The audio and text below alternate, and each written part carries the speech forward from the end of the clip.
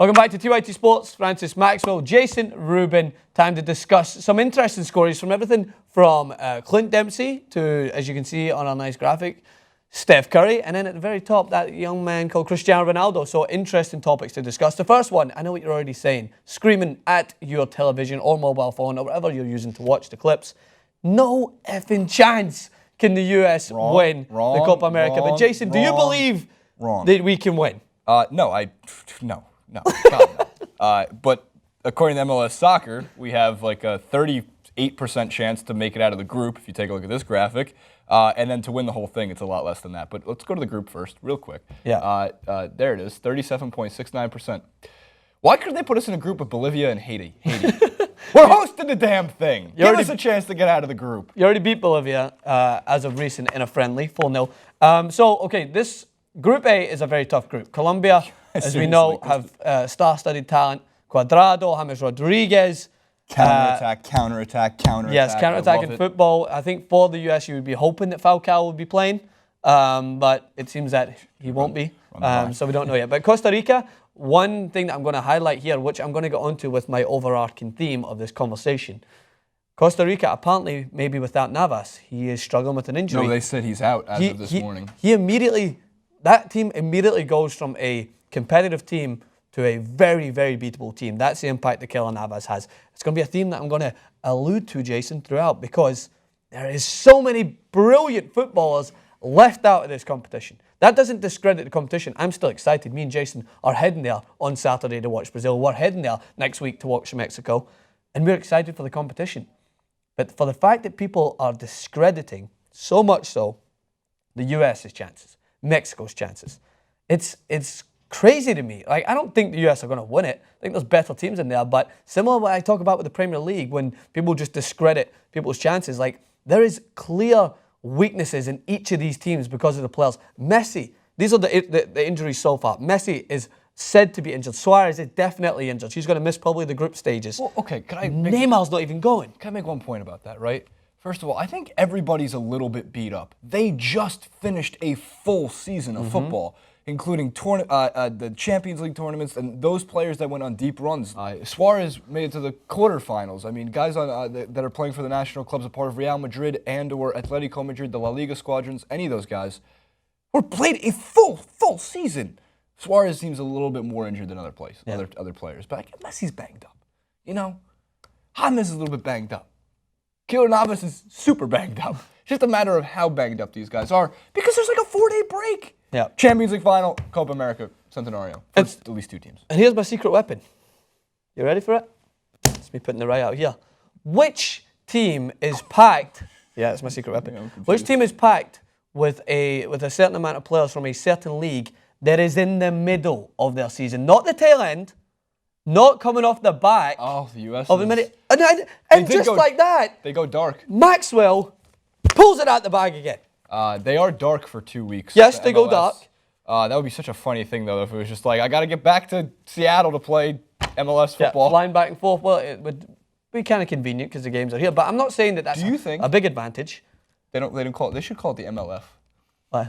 Sounds like Major League Football. How would you pronounce that if you were? How would I pronounce it if I was Almost Mike? got him. How would I pronounce it if I was Mike Francesa? Yes. MILF.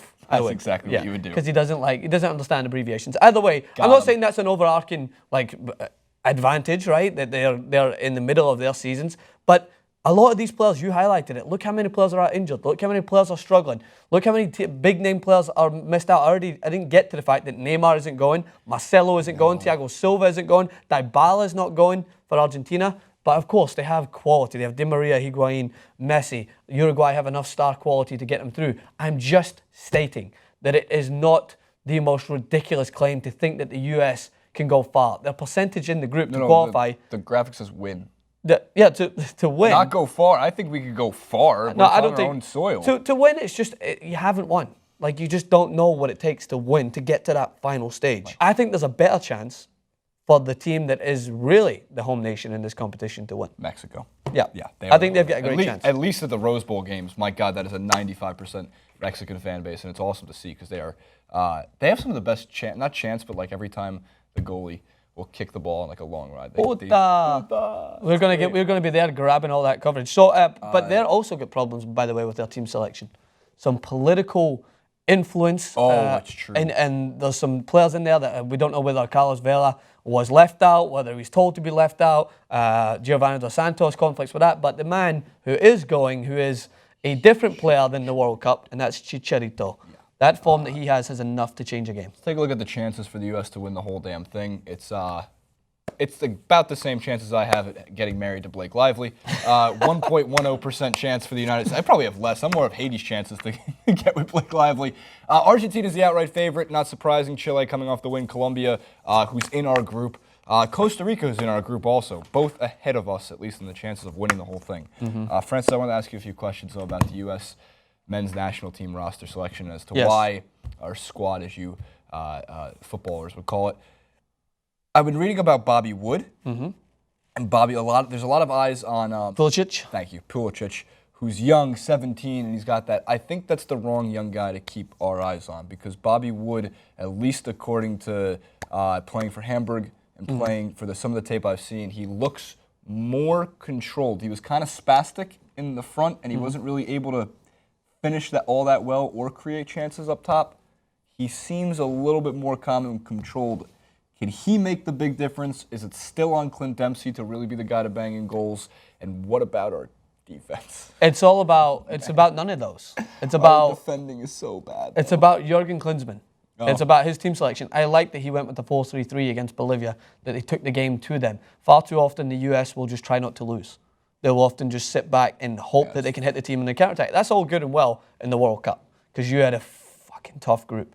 Belgium, some really tough opponents. Germany, Ghana. Like, it is very, very tough. Portugal. Portugal. The group stage was Ghana, Germany, Portugal, but we played Belgium in the round of 16. Belgium was the round of 16. They knocked us out. That was a very, very tough team to play against. And it's just it all comes down to the fact that Jurgen Klinsmann often plays players in their own position.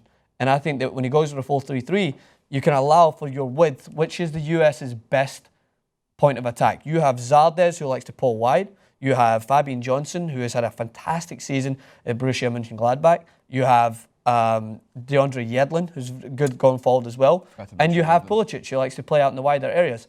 And it's a blessing in disguise that Josie Aldodo's injured for the 25,000th time in his career, because you put too much emphasis on a guy that just doesn't have the X factor to get you over that final hump. But he went with a front three of Dempsey, Wood, and Pulisic against Bolivia. Young combined with experience, and I think it worked.